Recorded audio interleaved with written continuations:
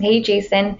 All right, so I'm going to go through a little part of the packet that I sent your mom just to kind of explain things. So I wrote some notes here. So when you're doing this, they obviously are thinking that you spent a year, like in proof-based geometry. So basically, all a proof is showing like step by step how to get from like one thing to another thing. Okay, so they're going to say like like they'll give you some problem and all you have to do basically is lay out the steps. So it's like you're explaining it to someone in very simple, like linear terms. Okay, so you're just going to say something and then that leads to something else and that'll eventually lead you to what you're trying to prove. Okay, so two column proofs basically look like this. You have two columns. One's called statement and one's called reason. So every single proof that you do, if it's a two column proof, it's going to look like this.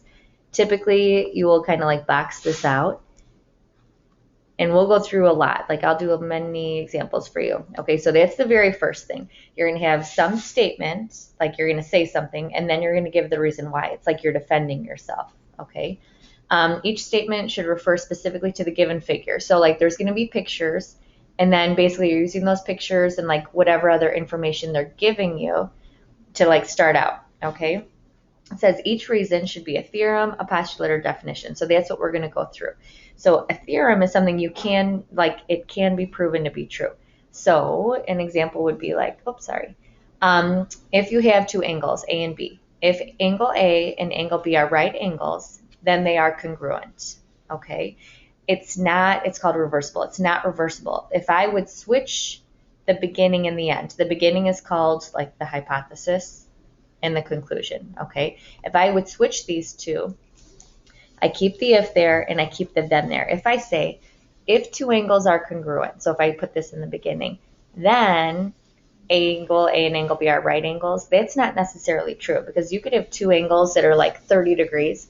They are equal, but they're not right angles. So like for theorems, it's not always true if you flip the order. Okay, you're always going to have an if and then a then. Okay, so like if you clean your room, then you could go outside, or if you do this, then you could do this. Okay, so that's what a theorem is. Now postulates also have the if and the then, but it's something you can't really prove. It's just something you assume to be true.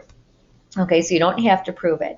An example would be like if point B is on segment AC. Okay, so let's say here's segment AC, so it begins at A, ends at C. I'm gonna make this higher so you can see it. And B is anywhere on it. So I'm gonna put B right here. Okay, then AC is the sum of segment AB plus BC. So let's say like the length from A to B is 3, the length from B to C is 4. Okay, then if I take AB plus BC, that adds up to the length of AC. That's all that is. All right, and the definition just explains what a term is. So like in this reason column, you're just going to say like this. You'll say a definition or a postulate or a theorem.